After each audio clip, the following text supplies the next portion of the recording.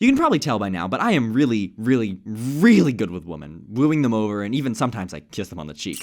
Well, this is the story of how I won over my dear sweet girlfriend Chloe with my monumentous wit and charm. So it's the second day of college, and just like every freshman ever, I'm scrambling to find friends. Luckily, though, my roommate mentioned to his group some of the coding stuff that I do, and a couple of girls, Chloe and Delisa, were very intent on meeting this wacky robot AI kid, so I got invited to hang with his group. I had my eye on Chloe because, she's cute, but my roommate kept talking to her, and I was being quizzed about my AI by Delisa, so we never really got to talk.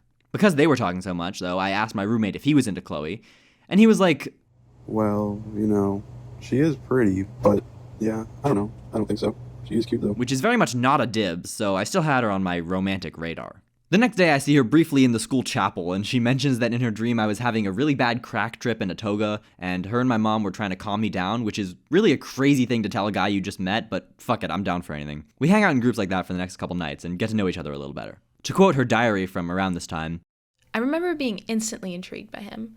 He has this way of responding to things that can be a bit off-putting. He'll stare at you for a second as if he's computing something, and then give a very delayed response. She also said that she never likes anyone as much as they like her, and that she's really only into girls, so I kind of crossed her off as a possible romantic companion at this point. One night, Chloe leaves from my dorm at like 3 a.m. with a friend, and is walking her friend home when a car pulls up by them, and this creep in it asks if they would spit on him for $100, and then raises it to $200 after they didn't reply. Chloe's friend texted this to the group chat, and I run out of my dorm to walk the two of them home, because no one would dare mess with a big burly man such as myself.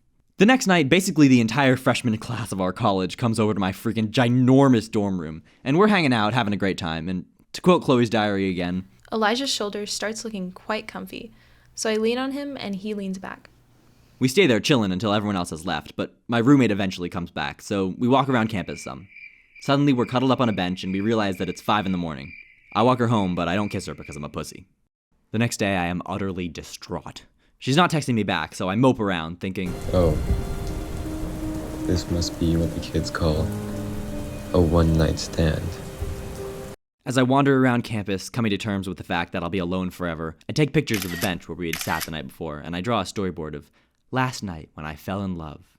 It's not until midnight, when I'm lying in the quad looking solemnly up at the stars, thinking, I'm just a tiny speck in this great cosmos. I guess at the end of the day, it doesn't matter if she ghosts me, because in 4 billion years, the sun will explode, wiping out all trace of our miserable human lives here on Earth. that she finally wakes up from her nap and decides to text me back. She invites me to throw paper airplanes with her, which is a lot of fun. And I guess the Lord truly is merciful, because that night my roommate is sleeping over at a friend's house. Chloe sleeps over with me, and we even cuddle a little bit. We finally get to sleep around 6 a.m., and she leaves before I wake up in the morning, but it's okay, because she leaves me this cute little note. Alright, that's the story. Go watch this other video for more adventures with Chloe, and have a great night, kids. Bye!